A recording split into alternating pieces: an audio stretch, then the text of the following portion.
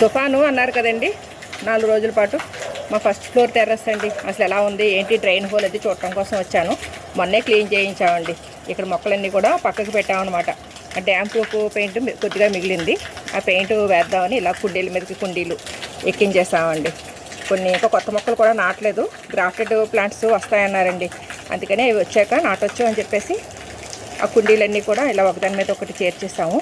ఇందువల్ల మట్టిలో ఉన్న పోషకాలు కొంతవరకు కాపాడుకున్నట్టే కదండి.